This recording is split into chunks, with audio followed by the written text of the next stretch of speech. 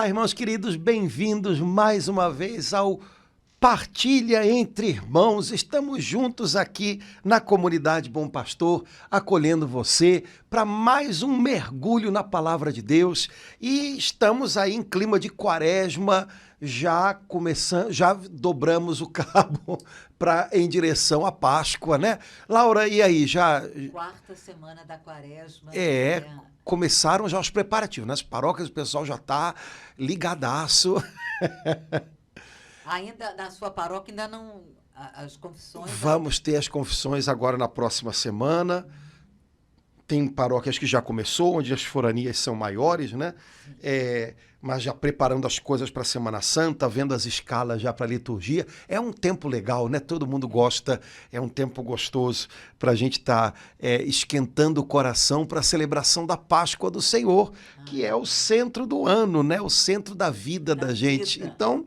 estamos indo. Mas olha, semana passada a gente começou a partilhar o Salmo 102, a gente ia partilhar o Salmo 102 e um trechinho da primeira carta aos Coríntios, porque o Salmo diz, bendize, ó minha alma, e a primeira carta aos Coríntios diz, não murmureis. Só que o Salmo 102 foi ficando grande.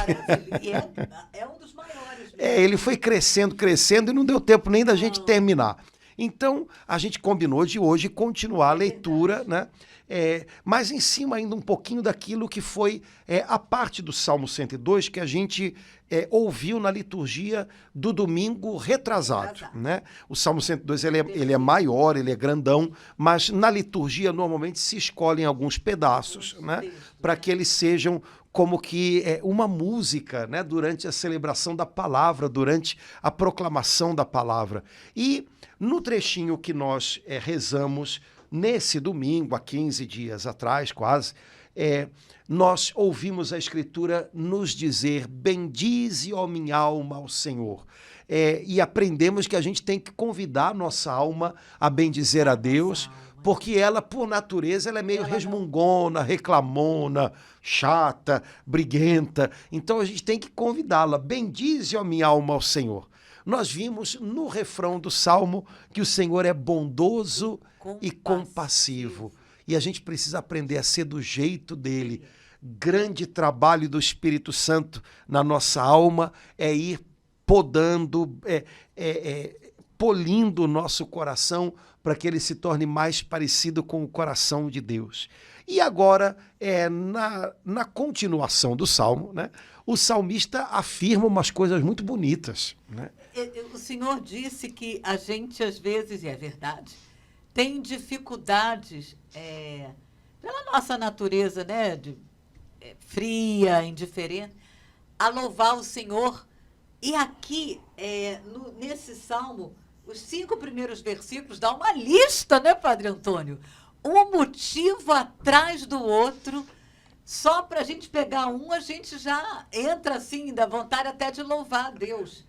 São vários motivos importantes, né? Pois é. Então, o Salmo diz assim, olha, o Senhor te perdoa toda a culpa, cura toda a tua enfermidade, salva a tua vida da sepultura, te cerca de carinho e compaixão.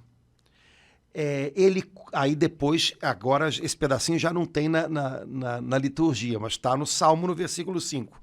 Ele cumula de benefícios a tua vida e renova a tua juventude. Aleluia. E não pode falar, estamos na quaresma.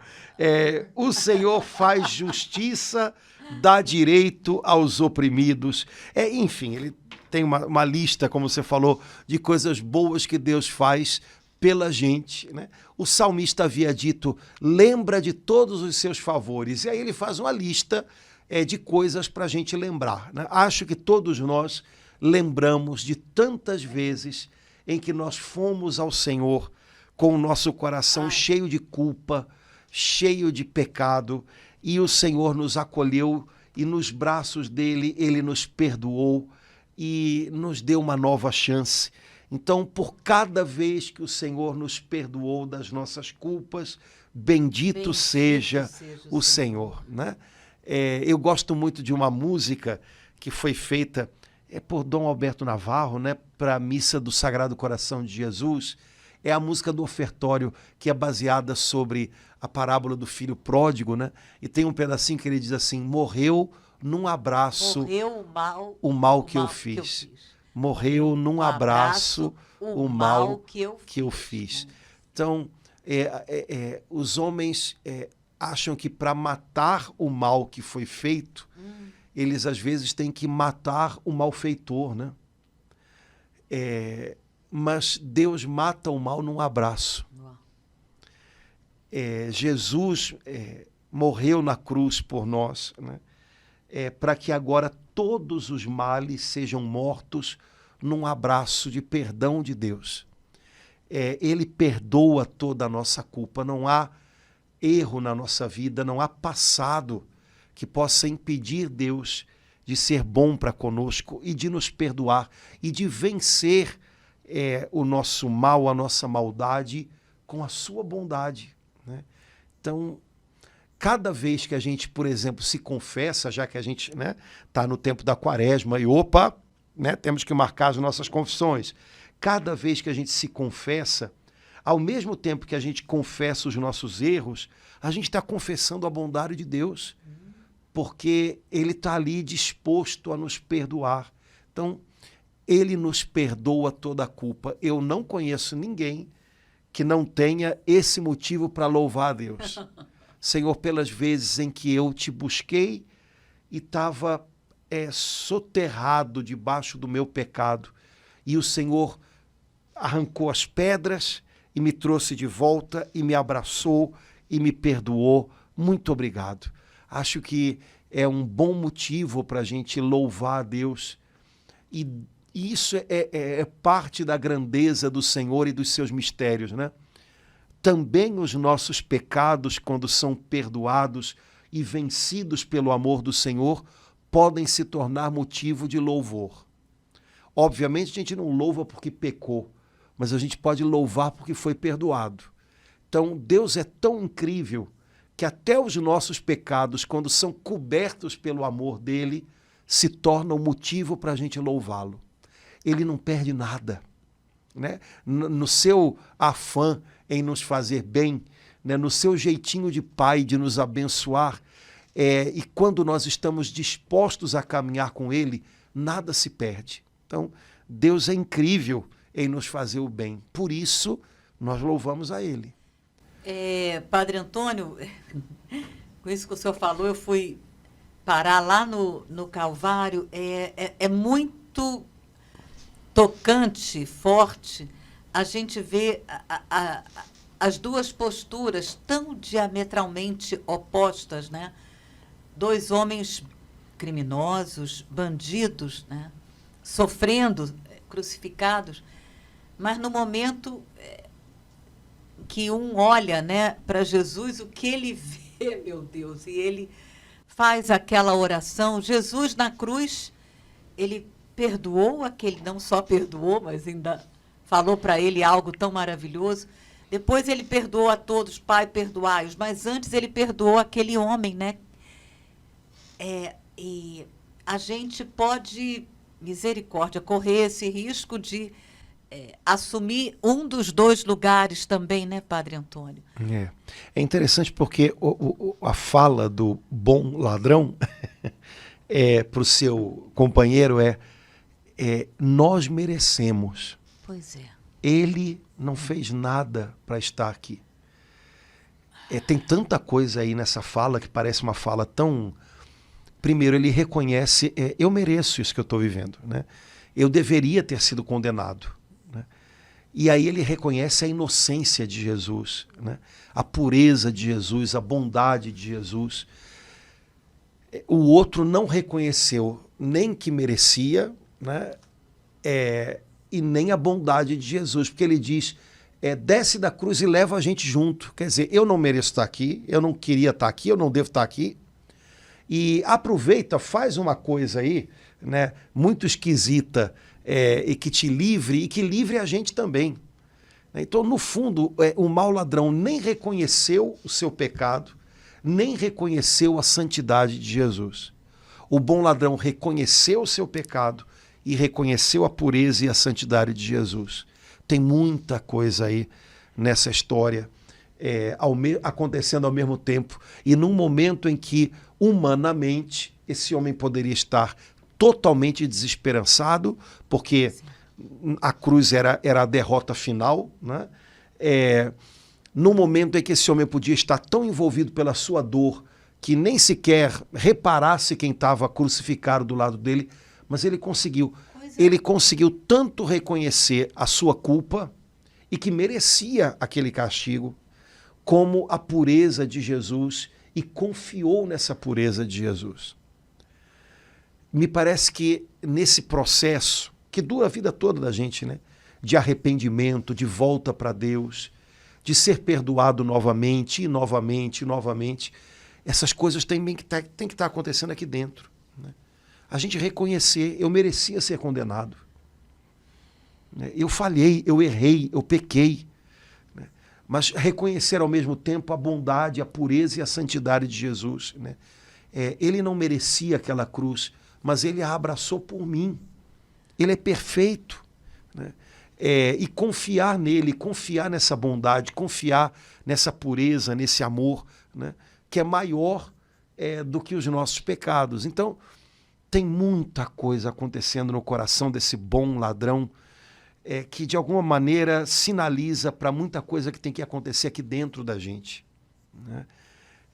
Não queria nem mergulhar mais nisso, porque eu acho que tem coisas que, se a gente tenta escarafunchar demais, mas reparar o que se passa no coração desse homem e o que se passa no meu coração.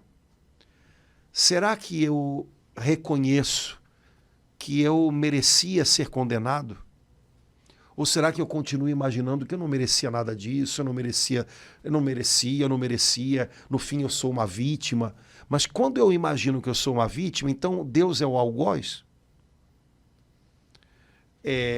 Se eu reconheço o meu pecado, se eu reconheço que sem Jesus, sem a santidade, sem o amor crucificado dele, eu merecia ser condenado, bom, então quer dizer que o Senhor, ele é bom, né? Porque Jesus veio, e Jesus abraçou a cruz, e Jesus morreu perdoando. Então, ele não é algoz, o Senhor não é algoz, ele é bom demais.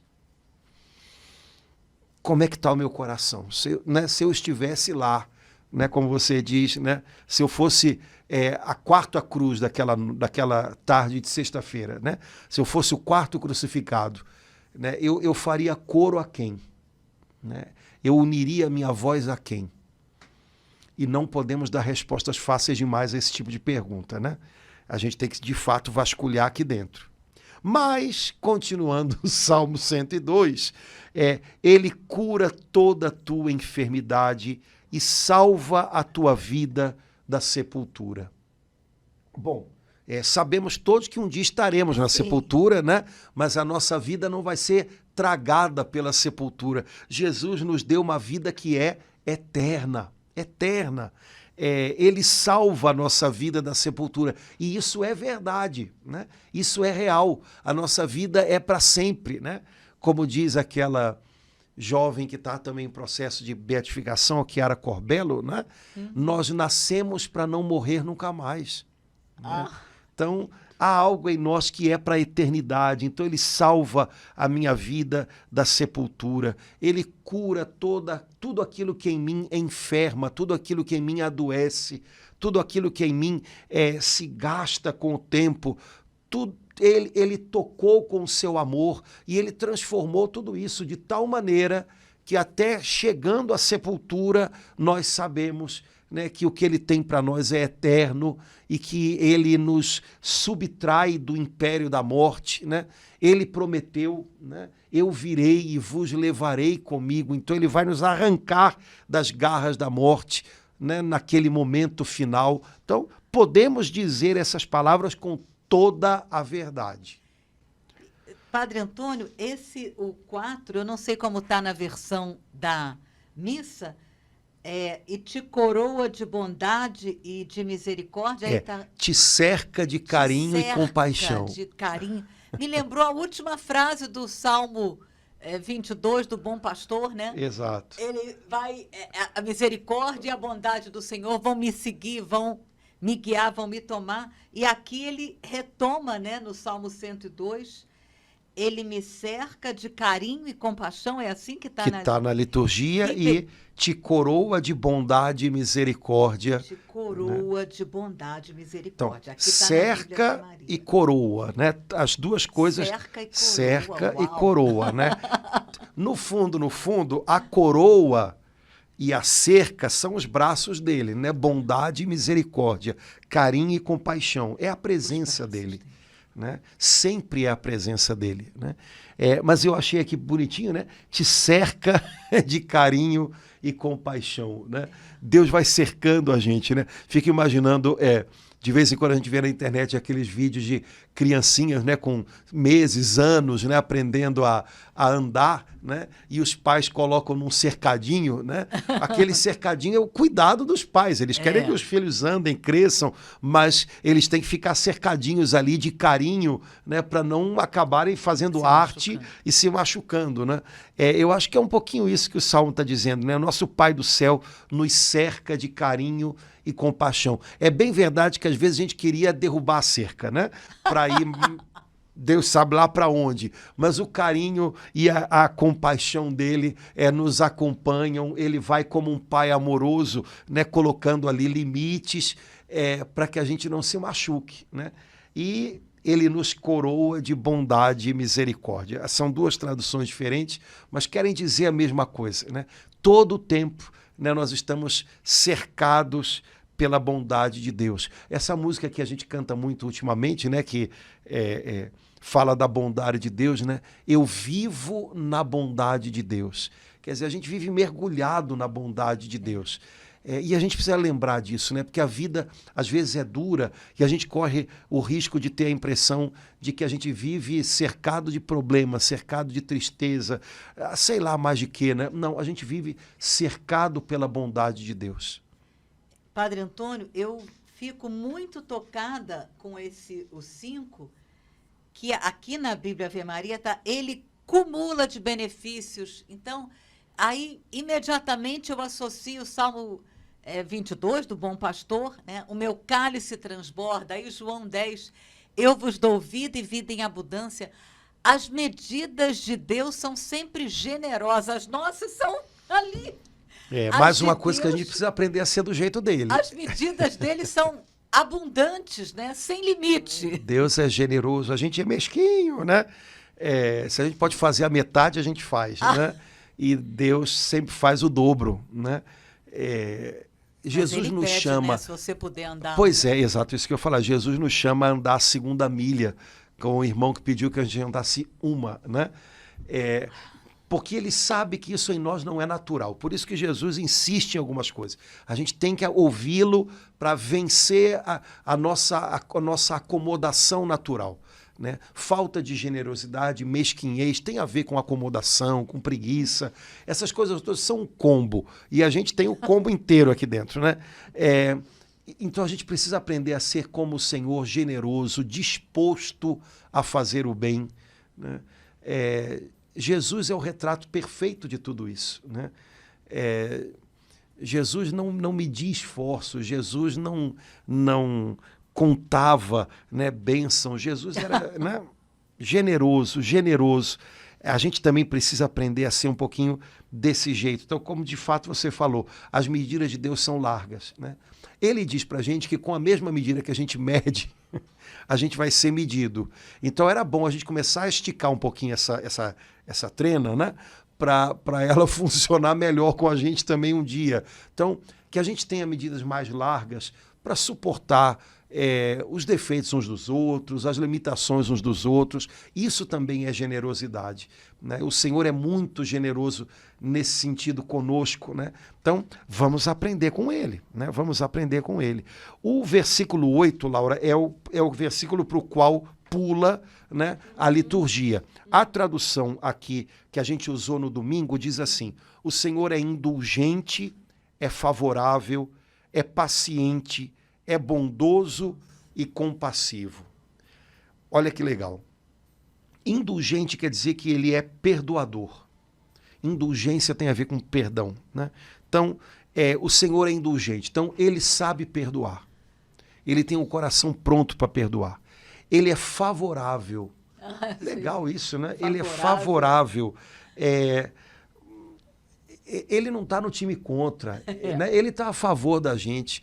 Que pena, que tristeza deve causar o coração do pai quando a gente dá a impressão para ele de que a gente olha para ele como se ele estivesse contra a gente, no time contra.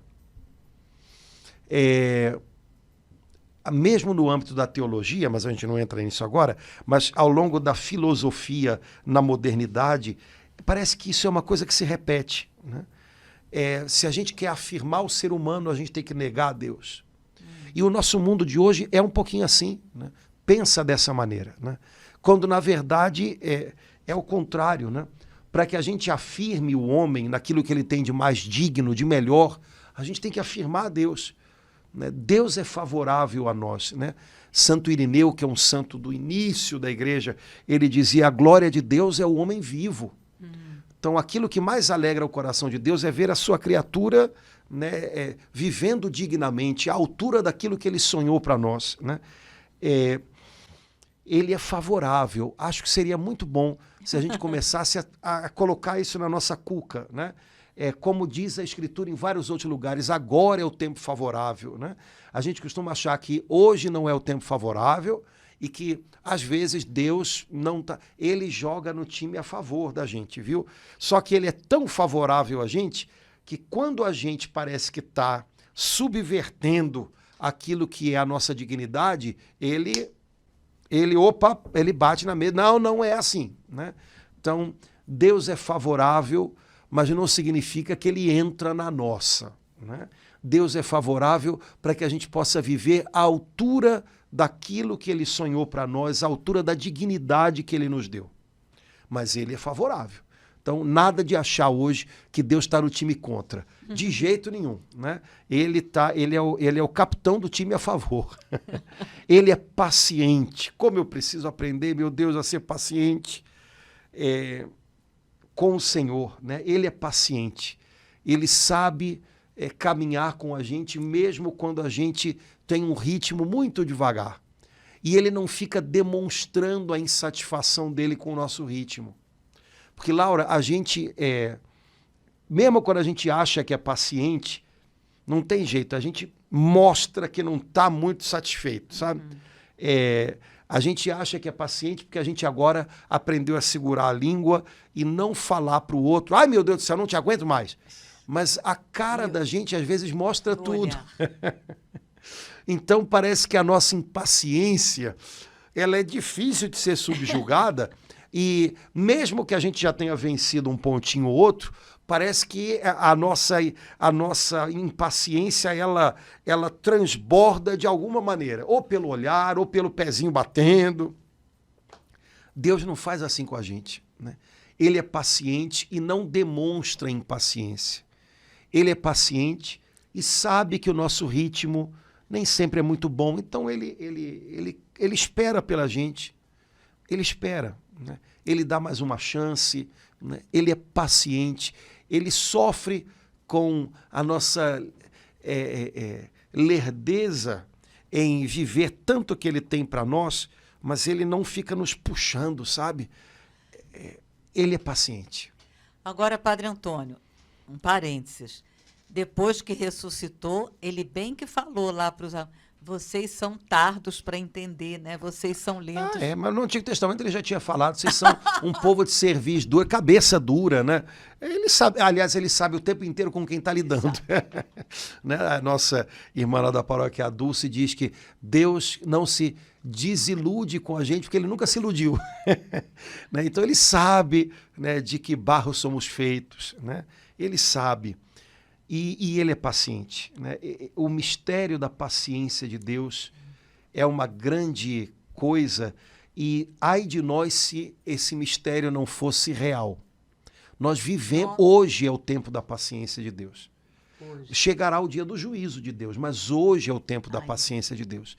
E se a gente aprender a aproveitar essa paciência, não abusando dela, mas aproveitando da paciência dele para aprender mais, para se esmerar mais, no tempo certo isso vai dar muito fruto, né? O Senhor é paciente. E aí fica a perguntinha, e eu? O Senhor é paciente comigo, e eu sou paciente com os meus irmãos? O Senhor não fica demonstrando a impaciência dele comigo, e eu demonstro muito impaciência com os meus irmãos? Como é que isso é comigo, né? E aí volta o que a gente rezou no refrão do Salmo, o Senhor é bondoso e compassivo. Padre Antônio, nessa paciência eu sinto que Deus tem me levado a ter paciência também comigo. Quando eu me vejo ainda, de novo, Laura, de novo, Senhor. Mas mais uma vez, Senhor. Então, eu sinto de uma forma muito forte a misericórdia de Deus, a paciência de Deus comigo e me ajudando a ter paciência comigo mesmo, porque eu percebo que essa paciência, à medida que eu tenho comigo, eu sinto que ela larga para com o outro também. Opa, fiz isso. Então, fica um pouquinho mais difícil para eu ter impaciência com o outro com tanta facilidade. Se eu me vejo numa circunstância, eu sou obrigada a ter paciência comigo. Na verdade, eu acho que essa paciência com a gente mesmo tem um nome, né, para ela, que é humildade, né? Deus sabe de que barro somos feitos. A gente é que parece que não sabe. A gente acha que foi feito de aço inoxidável, né? E a vida se encarrega, em algum momento, quando a gente toma juízo, a vida se encarrega de mostrar que a gente é feito do mesmo barro que todo mundo. Isso é humildade. E aí a gente começa a ser paciente com a gente, porque a gente sabe que todo o tempo tem que voltar para o Senhor e dizer, Senhor, como você disse, mais uma vez, estou aqui. A gente percebe que as nossas fragilidades, elas não são arranhões num aço inoxidável. Não, elas são rachaduras profundas. E que o trabalho de Deus conosco é longo, é profundo, e que a gente não pode desistir dele, né? E nem pode achar que esse trabalhinho vai ser um trabalho, sabe, superficial. Não, tem que ir lá dentro. As coisas que a gente faz e que obrigam a gente a voltar para o Senhor dizendo, Senhor, estou eu aqui de novo, elas não são coisas superficiais, elas são a expressão de coisas que estão muito lá dentro quebradas. Então, quando a gente descobre isso, eu acho que o nome disso é humildade. E aí vem essa paciência com a gente mesmo e, ao mesmo tempo, esse reconhecimento de que eu não sou feito de um material melhor do que quem está do meu lado. Então eu preciso ser paciente com o meu irmão também, né? A gente começa a perceber que quando eu não sou paciente com o outro, no fundo, eu estou sendo mal comigo também, sabe? Porque eu tô criando uma insatisfação, uma coisa que só faz mal para mim. Então, tudo isso é trabalho do Espírito Santo na gente e quanto mais ele trabalha na gente, mais isso redunda em paz para o outro que está do nosso lado e para a gente também. E quanto menos a gente deixa o Senhor trabalhar na gente, mais isso atormenta quem está ao nosso lado e se torna um tormento para a gente também. Então, o trabalho de Deus em nós é para a vida toda, e é um trabalho paciente. Se o Senhor é paciente comigo, eu devo ter a humildade de me deixar tratar por Ele. Até o último dia, confiando nas mãos do oleiro que me fez e me refaz quantas vezes for preciso. Mas é engraçado, né? Ser paciente não tem a ver só com... Porque a gente usa a mesma expressão quando a gente está falando de um médico que cuida da gente, né? Eu sou paciente do doutor fulano. Eu preciso aprender a ser paciente também nesse sentido. Deixar que Deus me trate, deixar que Deus me cuide. E a gente sabe que há pacientes que colaboram e há pacientes que não se deixam cuidar. Incrível isso, né? Às vezes a gente pode ser esse paciente que não se deixa cuidar. Eu sei o que eu estou fazendo, não preciso de ajuda. Não, me deixa. Ai, você está... Né? A gente vê pessoas, é claro que isso tem a ver com a demência, então a gente vê pessoas com Alzheimer ou com algum tipo de demência brigando com quem está cuidando delas, né? A gente pode fazer a mesma coisa com o Senhor, né? Será que eu sei ser paciente de Deus? Né? Ou seja, será que eu sei me deixar cuidar por ele? Ou será que eu reclamo, eu digo que eu não preciso, eu estou bem, me deixa que eu faço, né? Humildade talvez tenha a ver com esse ser paciente dessa maneira, né? É um desafio tanto, né? Mas é um bom desafio. E aí, Laura, o Salmo termina com o versículo 11 na liturgia, porque, na verdade, o Salmo tem 22 versículos, mas na liturgia o último foi o 11, né? Quantos céus por sobre a terra se elevam, tanto é grande o seu amor aos que o temem. Assim como o céu está acima da terra, bota uma fita métrica e mede. Dessa altura, desse tamanho, é o amor do Senhor aos que o temem, né? Aqueles que o buscam, aqueles que o reverenciam no seu coração. No final das contas, esse versículo 11 é uma declaração de amor de Deus pela gente, né? Lembre que é o Espírito Santo quem inspira os salmos. Então, é o próprio Deus dizendo, olha, do jeito que o céu está sobre a terra, desse tamanho é o meu amor por você. E, meu Deus do céu, saber-se amado desse jeito, poxa vida, a gente às vezes fica catando migalha de amor por aí e não valoriza esse amor imenso, inteiro, né? Que não é migalha, né? Mas que é um amor, né?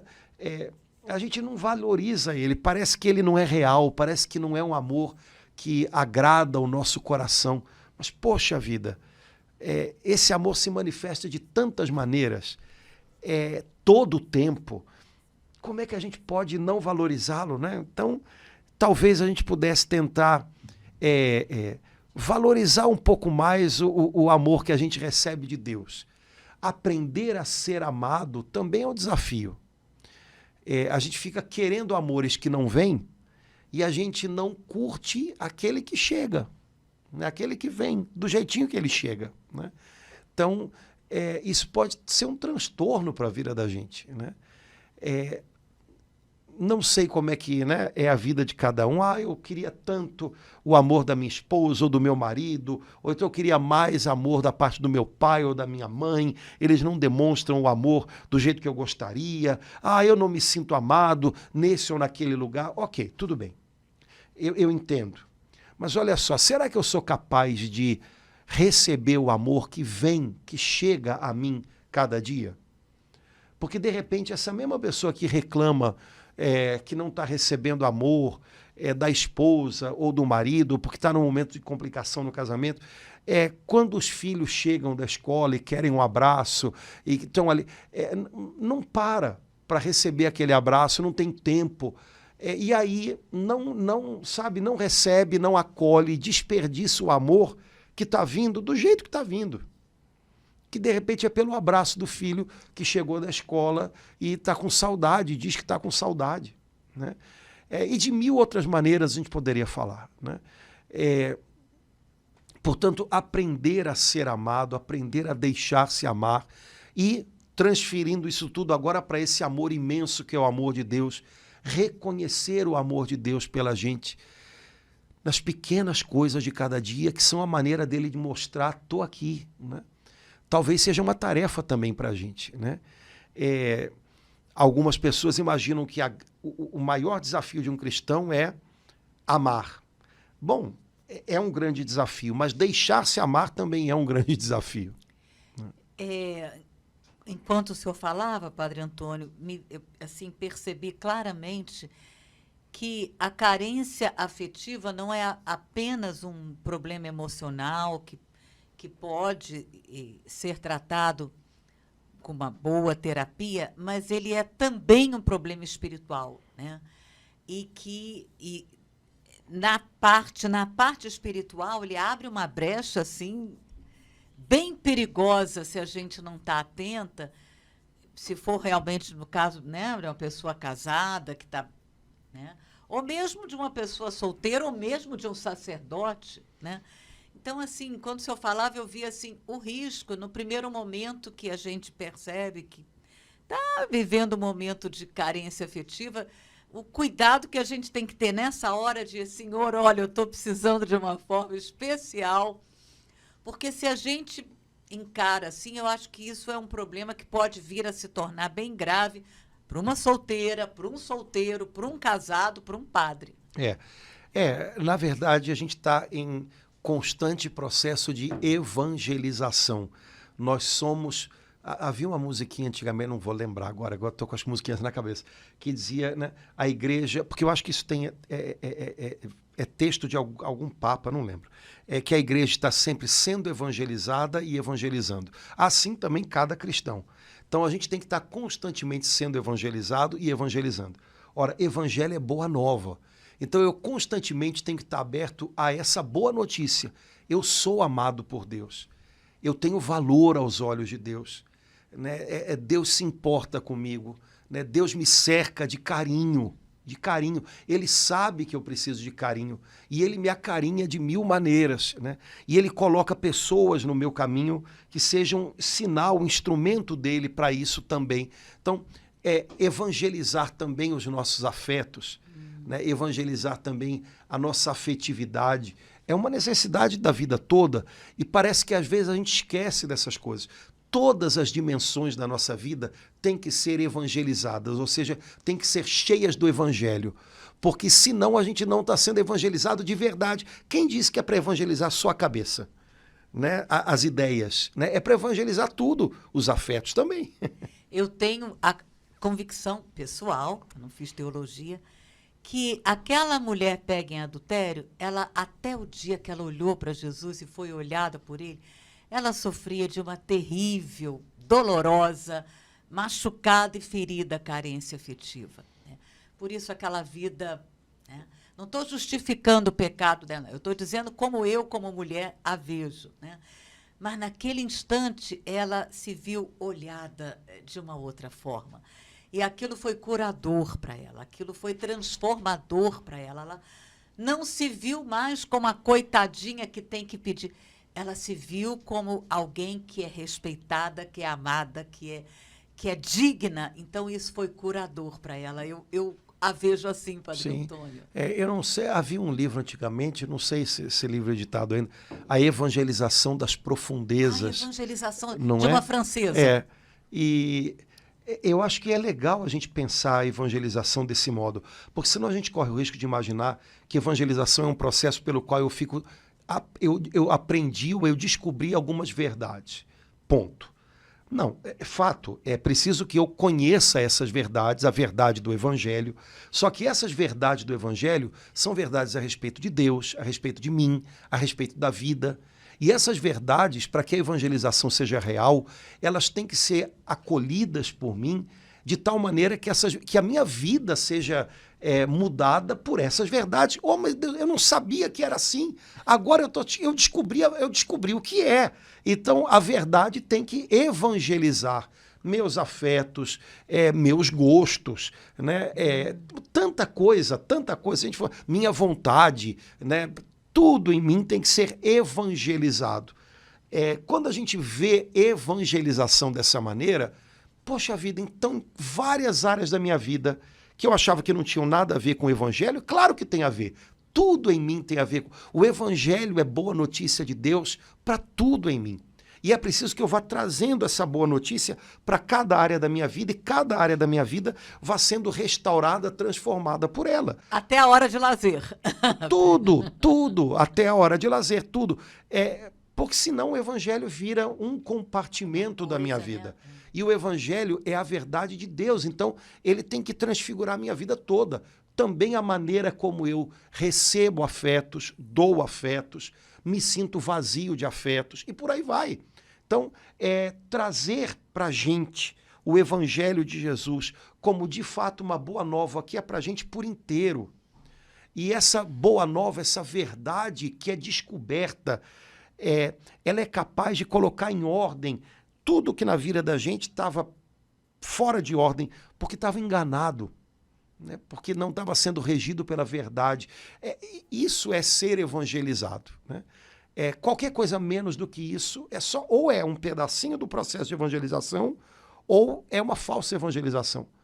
Porque é um evangelho que não se transformou em fonte de vida.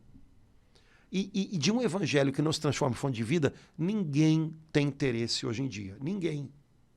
Porque de fato não interessa. O que interessa é um evangelho que se torna uma nascente de vida. Sabe? Que gera vida na gente. Foi para isso que Jesus veio, para que nós tenhamos vida em abundância. Então, cada área da minha vida, desde agora e para a eternidade, tem que receber uma injeção de evangelho, uma injeção da verdade que vem de Deus, para ser fecundada por aquilo. Também o modo como eu me vejo, o modo como eu me abro a receber afetos ou não, tudo isso tem que ser evangelizado, né? E a primeira e mais importante notícia é o amor do Senhor por aqueles que o temem. É da altura que leva do chão que a gente pisa até o céu que a gente enxerga, mas que ainda que a gente pule, a gente não é capaz de pegar. E suficientemente capaz para suprir todas as formas de carência afetiva que a gente enfrenta ao longo da vida, e de vez em quando elas vêm assim de novo para assustar. Amém. Né? Então, vivendo e aprendendo, né? Laura, vamos só terminar o finalzinho aqui do trechinho da primeira carta aos Coríntios, Padre Antônio, que é a fala do apóstolo Paulo. Né? Pois a outra face, né? No versículo 1 Coríntios capítulo 10, no versículo 10, Paulo diz assim: não murmureis, como alguns deles murmuraram, falando do povo de Israel no deserto, e por isso foram mortos pelo anjo exterminador. Portanto, quem julga estar de pé, tome cuidado para não cair.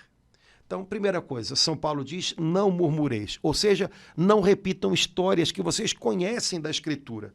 Vocês sabem pela Escritura que o povo de Israel, enquanto passava pelo deserto, murmurou porque não tinha alimento, murmurou porque não tinha carne, murmurou porque não tinha água, murmurou por causa disso e daquilo, e por causa dessa murmuração, o deserto se tornou muito pesado para eles. Apesar de o Senhor ter, com a sua generosidade e bondade, sempre ido além das expectativas que eles tinham. Mas por causa da murmuração, aqueles que saíram do Egito não entraram na Terra Prometida. Por causa da murmuração, houve um episódio em que eles foram picados por serpentes. Por causa da murmuração, muita coisa complicada vem e o deserto se torna mais pesado.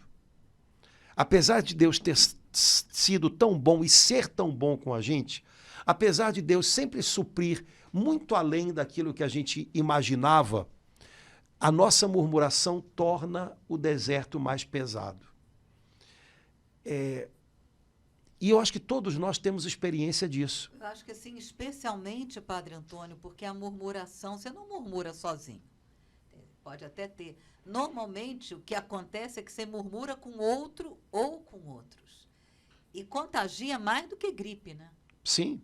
Não, e é engraçado, né? Porque eu às vezes brinco lá na igreja, eu nunca ouvi ninguém dizer assim, olha, eu hoje tive uma tarde que eu tive a chance de falar, reclamar de todo mundo que eu queria. Eu reclamei do meu chefe, reclamei dos meus colegas de trabalho, reclamei do meu trabalho, reclamei. Eu nunca ouvi ninguém dizer assim. E aí, depois que eu passei a tarde inteira reclamando, ai, como eu estava me sentindo melhor. Nunca ouvi.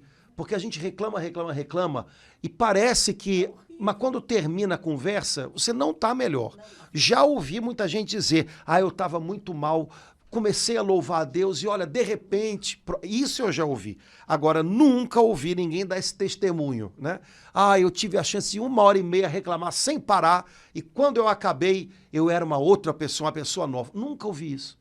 Porque, na verdade, a murmuração, a reclamação, a crítica, essas coisas elas não têm o poder de transformar o interior da gente, de renovar o nosso coração. Então você pode reclamar o quanto você achar que deve e tem motivo, mas o fato é que quando acabar a reclamação, você não vai estar se sentindo renovado pelo papo, pela conversa que você teve. Então, de fato, murmurar não é uma coisa terapêutica para a gente. Reclamar não resolve, não ajuda, né? A não ser, Padre Antônio, que você faça como a gente foi vendo, né, ao longo da Quaresma, naqueles textos de Êxodos, quando o povo reclamava com Moisés. O pobrezinho ia lá se encontrar com o Senhor. Olha, Senhor, o povo está reclamando, o povo está... a não ser que você leve isso, essa reclamação para Deus, né? Sim, mas aí também deixou na mão de Deus. E não, né? Tem um salmo que diz isso, tão bonito, né? O Senhor não fica eternamente repetindo as suas queixas. Eu falo, gente, Deus que é Deus e que é eterno, não fica eternamente repetindo as suas queixas. Eu acho que a gente, se deixar, a gente repete eternamente, porque, né, só que definitivamente isso não é bom para a gente, né? Então, aprender a, de alguma maneira, colocar limites nisso, sabe? Controlar isso, talvez seja um bom desafio para a Quaresma, né? E não é só por uma questão de eu não vou falar, mas é uma questão de mudar aqui a estrutura da cabeça da gente. Porque eu posso até não falar, mas dentro de mim eu continuar cultivando um hábito, cultivando uma postura de reclamação, de mau julgamento, de crítica amarga, excessiva. O segredo da história é mudar dentro. É mudar dentro, né? É criar um hábito de louvar, criar o hábito de reconhecer o que é bom, criar o hábito de dar feedback positivo, como o pessoal fala, poxa, isso aqui foi tão legal, isso aqui foi bom, foi maneiro, pronto. Porque se a gente não muda dentro, por um tempo a gente pode até segurar a peteca e sabe, por um excesso assim de trincar a língua, a gente pode ficar sem murmurar. Mas se não mudar dentro, não tem jeito. Daqui a pouco, o que a gente guarda dentro vem para fora. Então, a grande questão é mudar o funcionamento do nosso interior, né? De um coração murmurador para um coração grato. Padre Antônio, eu agora com essa versículo 12, eu fiquei assim... com temor maior de Deus. Quem está de pé toma cuidado para não cair. Quer dizer, o que vai me levar a cair é a murmuração. Paulo colocou logo embaixo, né? Apesar de que tem um versículo 11 aí no meio, mas essas coisas têm todas a ver, né? Porque no fundo elas têm a ver com o que eu permito que haja dentro de mim. Se eu cultivo, né, um coração amargo, se eu cultivo um coração excessivamente crítico, ninguém entra, né, na minha padronagem, né, sem que eu perceba, né, daqui a pouco eu próprio, achando que sou, né, melhor do que os outros, que sou feito de um material diferente dos outros, eu próprio vou estar caindo. Bom, nesse caso, de repente a queda vai ser o que vai me obrigar a cair na real, né? Mas o que Paulo está dizendo aqui é quem julga estar de pé, cuidado para não cair, olha, não tem ninguém pronto. Então, se você imagina que você está numa posição já avançada, positiva, não descuide, né? Quem está de pé sempre pode cair. Então, se você julga estar de pé, se você julga estar numa posição firme, tudo bem, mas cuide para não cair. Ninguém está pronto, ninguém está livre de ser pego pela tentação e acabar cedendo a ela, né? Ninguém é imune à tentação, ninguém é imune a cair. Eu acho que Paulo está dando para a gente a chance de ter, como a gente fala, o pé no chão, né? Não estamos prontos. Em nenhum momento da vida a gente pode achar, não, eu agora... Né? E pelo contrário, esse sentido de cuidar-se, ele tem que ser real a vida toda, né? Ninguém pode dar o jogo como ganho. Não, eu preciso constantemente estar vigiando o que há dentro de mim, o que eu guardo dentro de mim.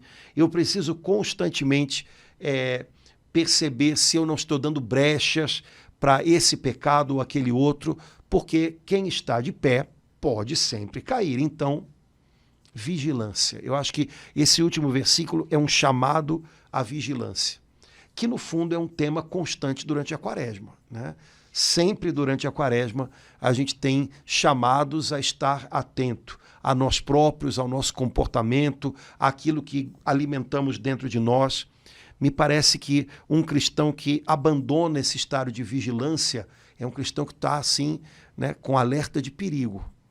Quando eu não percebo a minha fragilidade, quando eu não conheço os meus pontos fracos, quando eu imagino que estou de pé e estou pronto, eu estou em perigo. Portanto, essa vigilância interior, que é constante no Evangelho, né, o chamado a isso, ela tem que ser uma atitude bem real para a gente e que dure a vida toda. Até o último instante, né, mantenhamos a vigilância interior para não sermos pegos de surpresa ali nos nossos pontos fracos. Vigilância sobre eles. Padre Antônio, eu vou pedir para o senhor, para a gente, eu sei que hoje não dá mais tempo, mas para uma próxima oportunidade, eu fiquei muito tocada com esse pontos fracos.